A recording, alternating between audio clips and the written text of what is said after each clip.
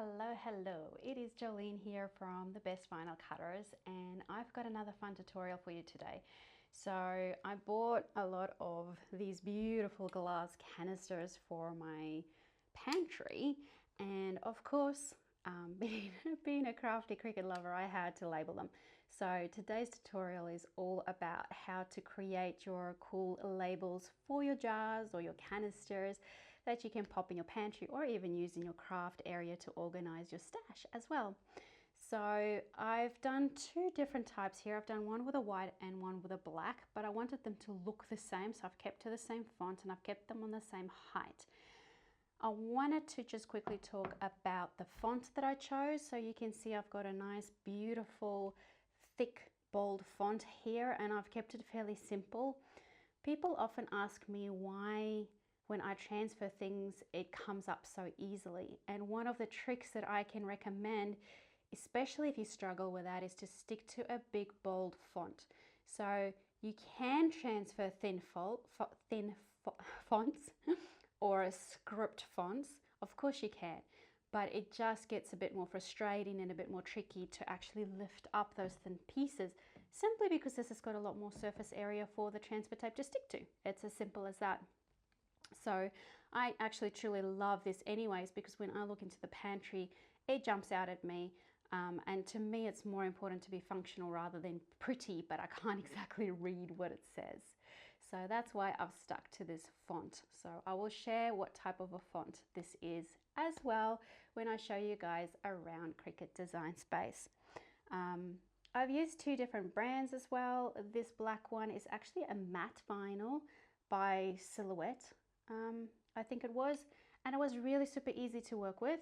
And the white one is a lot more of a glossy type of a vinyl, and it's by Cricut, and it was quite a bit more frustrating to work with. So that also shows how important it is to get to know the brand vinyl that you love to work with, and to try out a few different types so that you can figure out which one frustrates you more than something else might. But before we do that, let's hop into Cricut Design Space so that I can show you guys around, and I can give you a few tips, and we can get it cutting out, and then I'll show you how to transfer it onto your beautiful jars. All right guys, let's hop into it. Okay guys, so we're in Cricut Design Space.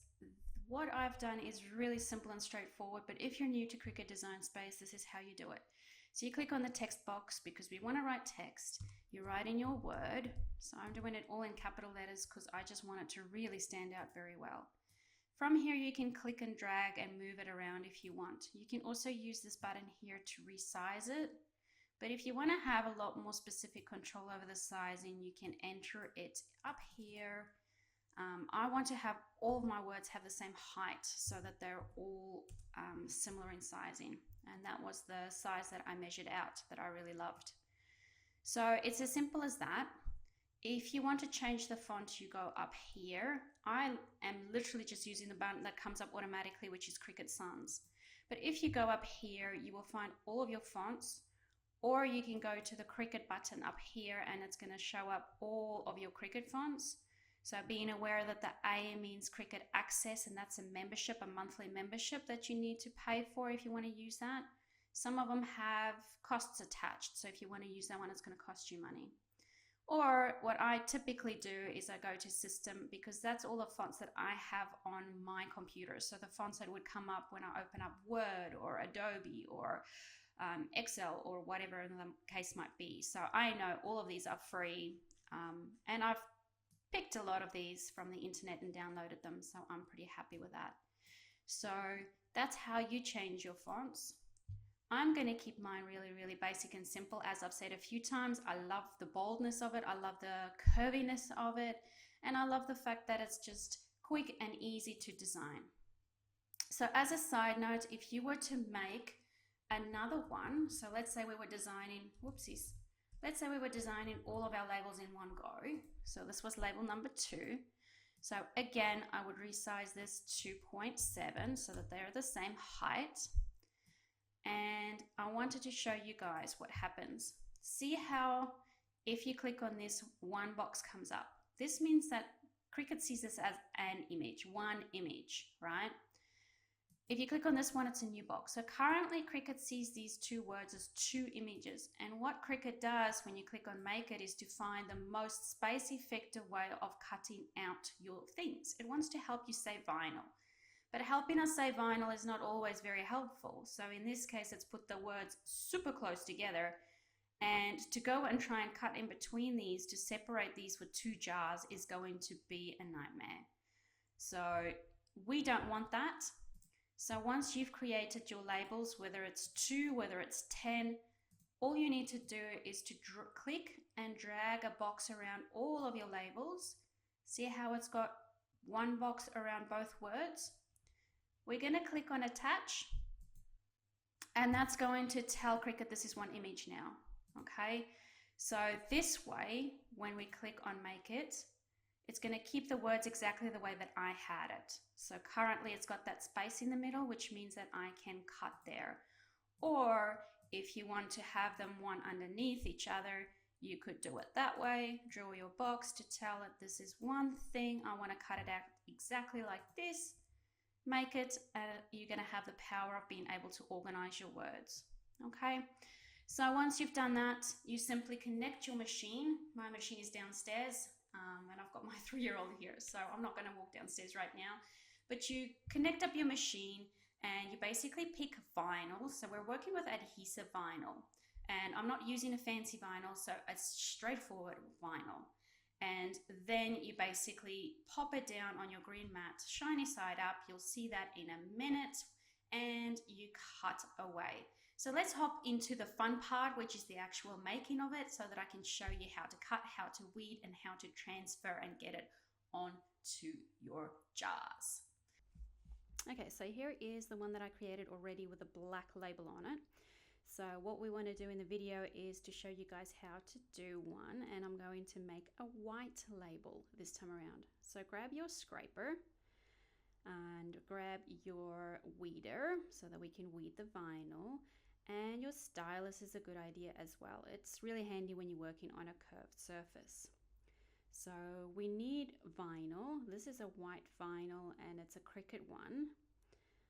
It's nice and glossy. And then of course you need transfer tape. I'm just going to use the Cricut brand for that one as well. Your green mat, of course, for when we're working with vinyl. And I'm using the Cricut Maker. All right, guys, I've got my little daughter next to me, so sorry if you can't see exactly what I'm doing. I'm trying to squeeze it all in there. So pop your vinyl down in the top left-hand corner of your mat. So adhesive vinyl goes shiny side up. So we want the pretty side to be up. And just use your hand to smooth out all of the bubbles and make sure that it sticks down properly. So light up your mat and press the C button once it starts flashing. There we go, and here we go. So now we just need to wait for it to cut away.